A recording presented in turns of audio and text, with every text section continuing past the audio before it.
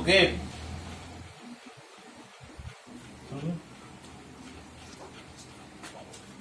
सुप्रभात, सभी लोग ठीक हो?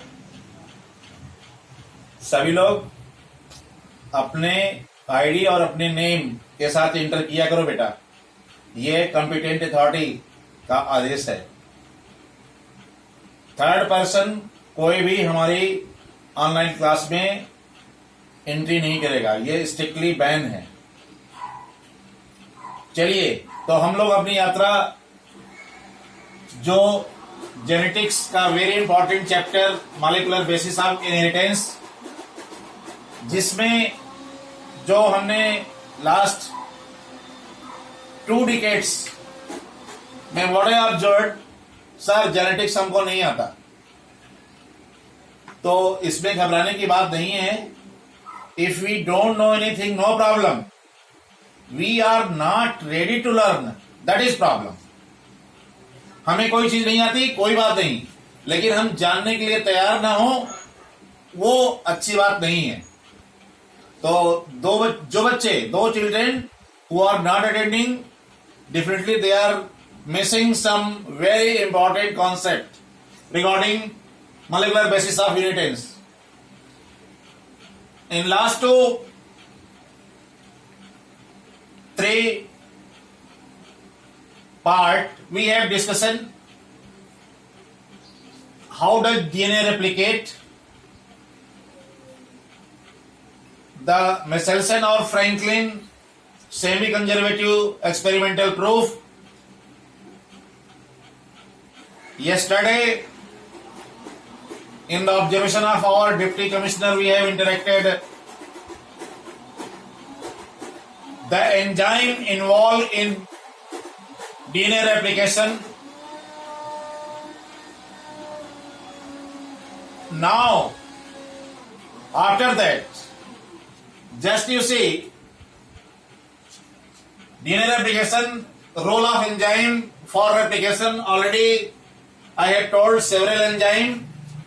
These enzymes are just recapitulating. That is helicase that help in opening, topoisomerase that release the tension of hydrogen bond, single strand stabilizing that produce stability to the fork or template. After that, ligase, DNA polymerase, trimase, DNA dependent RNA polymerase, or very important enzyme DNA polymerase third, DNA polymerase 3, which consists of 3 sub unit, that is alpha, epsilon and beta 2. They have their respective role. Yesterday we have discussed it. And after that, removal that enzyme phosphorylase and for proofreading, that is nuclease. So bete, just you know, today we are going to interact forward, carry forward, उसको हम आगे ले चल रहे हैं। ये देखिए, activation of nucleotide. Already you are popular with nucleotide. DNA nucleotide consist of 4 nitrogen bases. Already you know adenine, thymine, cytosine और guanine. These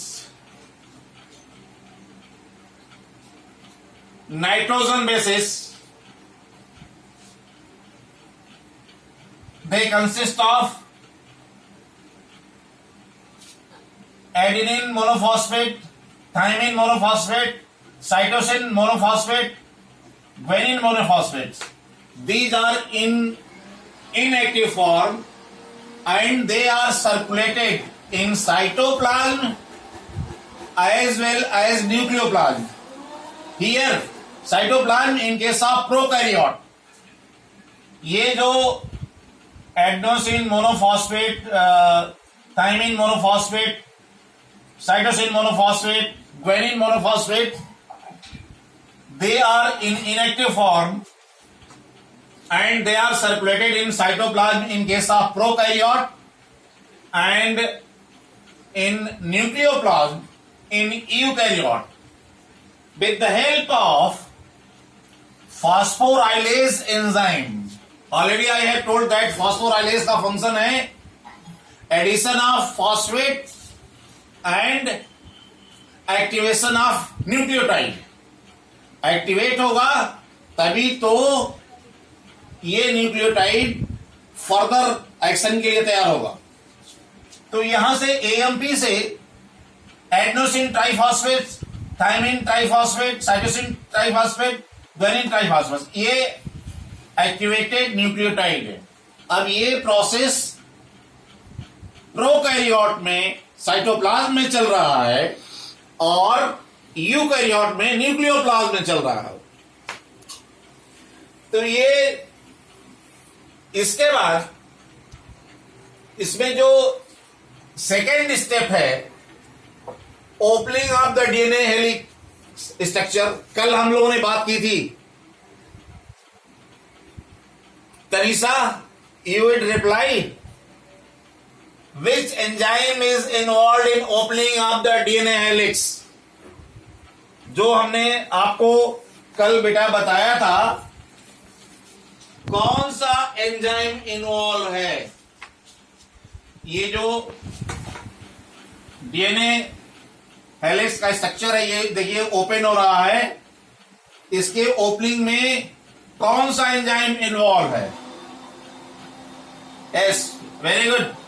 That enzyme, the name of that enzyme is opening of the DNA helix. That is helicase. Which enzyme? Helicase. Helicase करता क्या है? Recognition of ORI. कहां से open करना है, कैसे open करना है, ये रिकॉग्नाइज करता है. और ये जो ओआरआई है, ओरिजिन ऑफ रेप्लिकेशन का साइट है. It is for where replication start. ये ओपनिंग ऑफ डीएनए हेलिक्स में हेलिकेज. इसमें जो प्रोकैरियोट होते हैं केवल only one site is there. ये very important point. But in eukaryote more than one ORI may be there. तो opening of the DNA helix में recognition of the ORI site. फिर से ध्यान से सुनिए, प्रोकैरियोटिक ऑर्गेनिज्म में जो साइट ऑफ ओपनिंग होता है केवल एक होता है, ओनली वन इज देयर. और यूकैरियोट में मोर than one enzyme involve helicase opening of the helix. फिर उसके बाद जब ओपनिंग होने लगता है तो देखिए ये हमने ओपन किया, ये फिर से अपनी ओर इस टेंशन है इसमें हाइड्रोजन बॉन्डिंग की और ये क्वाइलिन की. तो टोपो आइसोमरेज क्या कर रहा है, सिंगल स्ट्रैंड स्टेबलाइजिंग प्रोटीन, इसको फिर से स्टेबिलिटी प्रोड्यूस करने का पूरा प्रयास कर रहा है. जब स्टेबिलिटी प्रोड्यूस हो गई तो इसमें प्राइमर का फॉर्मेशन शुरू हो जाएगा. अब आप बोलेंगे सर प्राइमर कल हमने बताया था, जो प्राइमर होते हैं वो small segment of RNA, small segment of RNA may be 4 to 8 nucleotides. ये देखिए ये 1 2 3 4 न्यूक्लियोटाइड्स. और यहां पे ये आरएनए का एक सेगमेंट है, ये 3 प्राइमिन जो हाइड्रॉक्सिल फंक्शनल ग्रुप है, इसी साइड से बॉन्डिंग या एडिशन होता है. और ये 5 प्राइमिन है, ये प्राइमर है. तो डीएनए डायरेक्टर आरएनए पॉलीमरेज, ये प्राइमर का फॉर्मेशन होने लगता है.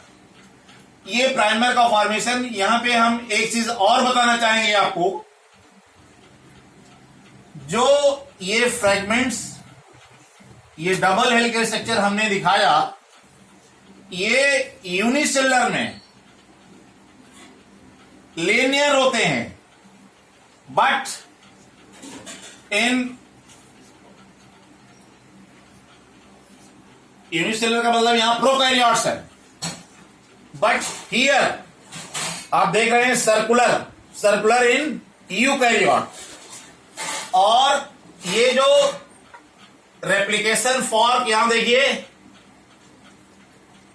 ये रेप्लिकेशन फॉर्क, ये इसकी पोलरिटी है 3 to 5 prime, 5 prime to 3 prime, ये पोलरिटी है, ये रेप्लिकेशन फॉर्क है इन प्रोकैरियोट में। और ये ओपनिंग आप देख रहे हैं, हमने इसको ओपन कर दिया है, और यहां आप देख रहे हैं ये circular structure of what, DNA. और यहां जो हम एक जगह ओपन किए हैं, दिस पॉइंट, ये देखिए, जिसको हम, ये पॉइंट, दिस पॉइंट, ये सर्कुलर शेप है, जिसको हम ये राउंडिंग कर रहे हैं, इसको हम कहेंगे रेप्लिकेशन बबल इन। तो what is the opening site, name of opening site in circular shape in eukaryotic nucleoplasm में। ये जो circular shape structure of DNA रहता है, इसका नाम जब ओपन जहां से होगा, जहां से प्राइमर अटैच होंगे, प्राइमर का फॉर्मेशन होगा फॉर न्यूली सिंथेसाइज्ड डीएनए के लिए, उसको कहते हैं रेप्लिकेशन बबल। ये कहीं से भी हो सकता है, यहां से भी हो सकता है, लेट हम यहां से भी कर सकते हैं। जैसे देखिए यहां हमने, अब आप सोच रहे कट कैसे हुआ, ऑलरेडी हम एंजाइम कौन सा है, इसको भी हम कर सकते हैं replication bubble, but here only one. ये जो रेप्लिकेशन है, तो this is the third step, primer formation और DNA directed RNA polymerase enzymes are involve for formation of that formation of primer. Primer क्या है, small segment of RNA may be 4 to 8 nucleotides. अब ये देखें न्यूक्लियोटाइड्स, ऑलरेडी हमने nucleotide बताया था, pentose sugar, one side 5 carbon atom पे phosphorus, phosphodiester bond के द्वारा जुड़ा रहता है, और 3 प्राइम इंटो हाइड्रोक्सिल, और जो उसका अदर एंड होता है वो नाइट्रोजन बेसिस से जुड़ा रहता है। तो बेटे यहां पे देख रहे हैं ये जो 5 प्राइम एंड है, फिर उसके बाद जो नेक्स्ट स्टेप होगा, तीसरे के बाद चौथा स्टेप, डीएनए रेप्लिकेशन अब शुरू हो रहा है। फोर्थ स्टेप क्या है, डीएनए रेप्लिकेशन। इसको हम यहां पे रिमूव कर दे रहे हैं।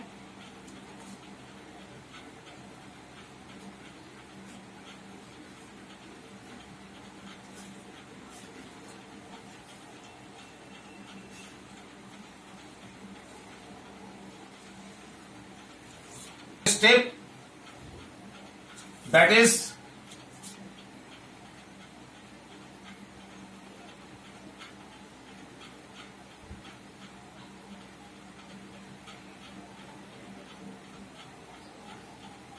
DNA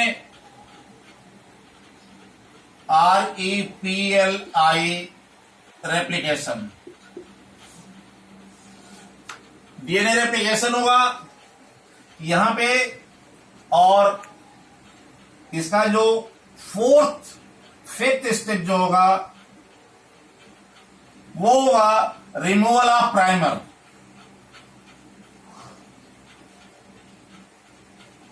रिमूवल ऑफ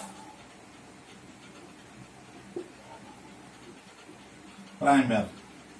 जब प्राइमर रिमूव हो जाएगा, फिर वही last step, proof reading.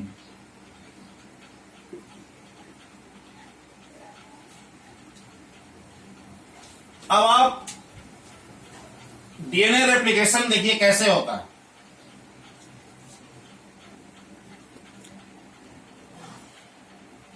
Replicate, जो रेप्लिका कैसे फ्रेगमेंट फॉर्म होते हैं, यहां पे मैं बताने का प्रयास कर रहा हूं आपको। ये देखिए लविंग स्टूडेंट्स, ये रेप्लिकेशन फॉर्क में बनाने चल रहा हूं।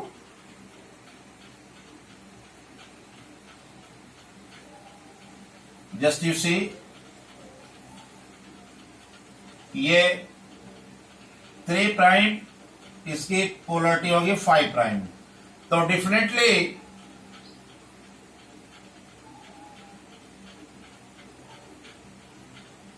ये 5 प्राइम होगा और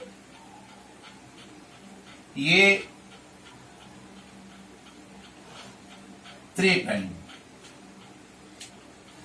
यहां पर आप देखेंगे ये जो पोलरिटी है, यहां template strand,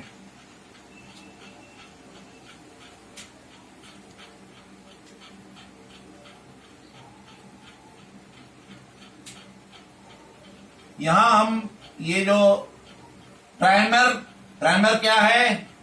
primer it is the fragment of, ये इसका 5 प्राइम, ये इसका हाइड्रोक्सिल ग्रुप 3 प्राइम। तो यहां पर आप देख रहे हैं, इससे ये फंक्शनल ग्रुप है। यहां पे ये जो न्यूक्लियोटाइड्स है वो अटैच हो जाएगा। अब इसको हम यहां देखिए, न्यूक्लियोटाइड अटैच कर रहे हैं।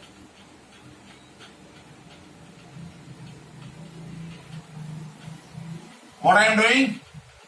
3 prime functional group are present। तो फंक्शनल ग्रुप वो एक्टिव साइड है, उससे अटैचमेंट होगा न्यूक्लियोटाइड्स का।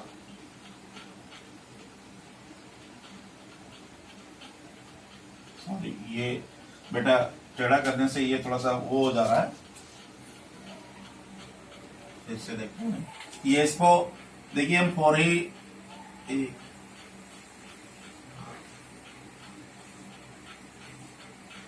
ये देखिए, तो ये फिर से यहां एक जुड़ गया। इस तरीके से ये एक कॉन्सेप्ट हम यहां पे देना चाहेंगे आपको। आप हमेशा ध्यान रखिए, जो पेरेंटल की यहां प्रॉपर्टी है, देखिए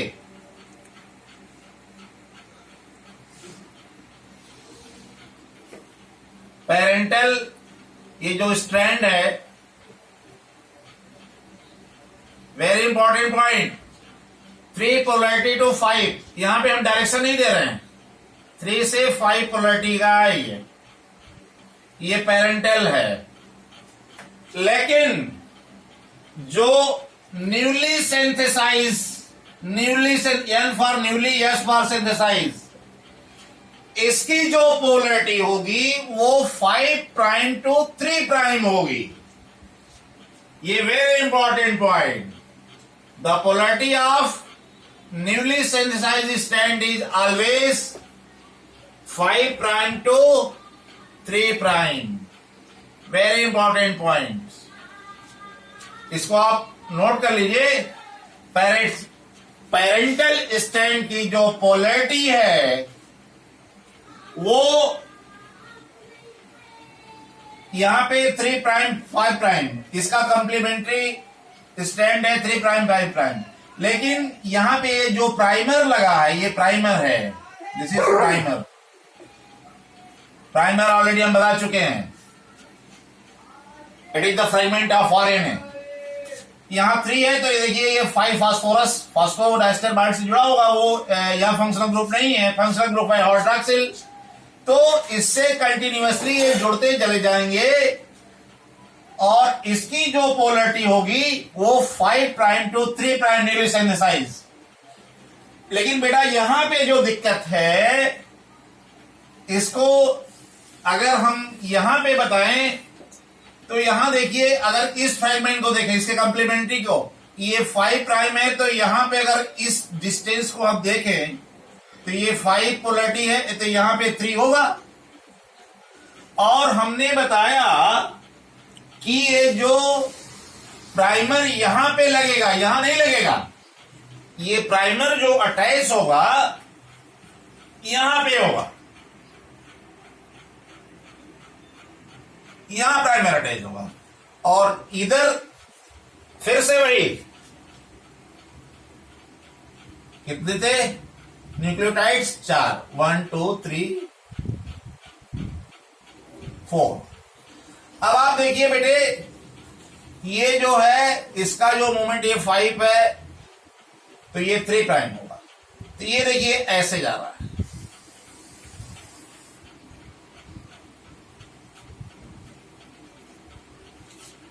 ये कंटिन्यूअसली, लेकिन ये 5, ये जो फ्रैगमेंट्स है कायदे से देखिए, ये 5 to 3 प्राइम है, तो ये स्लाइड होकर के यहां आगे बढ़ जाएगा, ये यहां पे आ जाएगा। तो ये पहला प्राइमर यहां हो गया, दूसरा प्राइमर ऐसे फिर जुड़ जाएगा, ऐसे तीसरा प्राइमर फिर ऐसे जुड़ जाएगा। तो यहां पे जो स्ट्रैंड बनेगा देखिए, ये इस टाइप का, इसको हम ओकाजाकी फ्रैगमेंट्स कहते हैं, या डिसकंटिन्यूअस फ्रैगमेंट कहते हैं, या इसको लैगिंग स्ट्रैंड भी कहते हैं। और इसमें चूंकि फंक्शनल ग्रुप ऑलरेडी एक ही प्राइमर है, यहां दूसरे प्राइमर की जरूरत नहीं पड़ेगी, तो ये जो न्यूली सेंसाइज्ड स्टेट होगा ये कंटिन्यूअस होगा और ये लीडिंग होगा, इसको हम कहेंगे कंटिन्यूअस 5 प्राइम to 3 प्राइम, और यहां 5 प्राइम 3, ये this one Okazaki.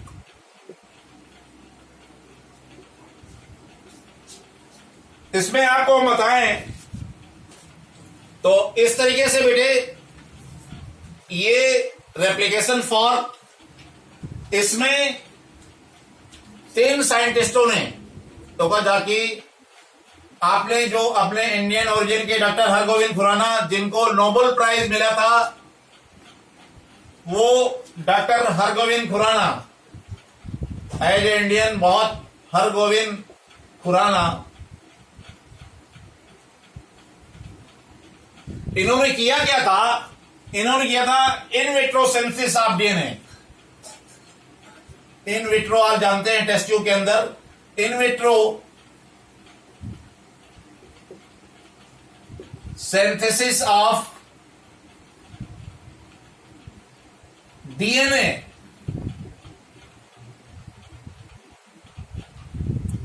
Without template.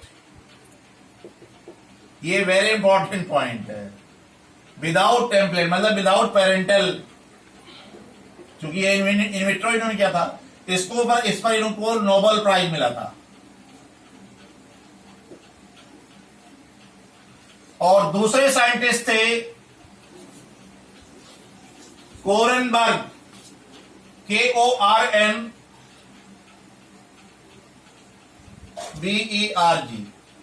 इन्होंने क्या किया था? इन्होंने वही किया था, in vitro synthesis of DNA with, यहां जहां विदाउट है वहां विथ टेम्पलेट किया था। और जो ये जो ओकाजाकी फ्रैगमेंट, ये कंटिन्यूअस, ये ओकाजाकी जो फ्रैगमेंट है, वो साइंटिस्ट, उनका नाम ओचा, OCHOA,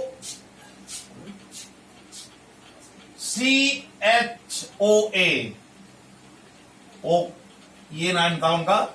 इन्होंने क्या किया था? इन्होंने in vitro synthesis of RNA किया था। In vitro synthesis of RNA. तो प्यारे बच्चों, जो एनसीईआरटी में है वो गलत नहीं है, लेकिन उसको आपको समझने में थोड़ा दिक्कत हो रही है, तो इसको मैं तोड़ तोड़ करके आपको बताया आप इसको ध्यान से देखेंगे, ध्यान से सुनेंगे। जनरली हमें ये कॉन्सेप्ट होता है कि जो वो I would not tell the name of specific private coaching centre. बेटे ऐसा नहीं है कि ये इंडियन मेंटेलिटी है कि the things which are more costlier they will give more need value. बिल्कुल गलत है। तो आप केवीएन हो, आपके केवीएन, आपके सर्स या madam, they are taking a lot of pain. Be regular, otherwise you will miss your school days and that will leads the scarcity till whole life. So अभी समय है अपने सारे शिक्षकों के साथ ताल से ताल मिलाकर रहिए और अपनी सारी जो मुश्किलें हैं उनको आसान करने का तरीका आपके पास, गुरुओं के पास है, आपके पेरेंट्स के पास है। उनके साथ ताल से ताल मिला के चलिए और आप देश के, राष्ट्र के नहीं, ये तो बायोलॉजी तो ग्लोबली है, आप फ्लोरिश करिए। Wish you all the best. Thank you very much.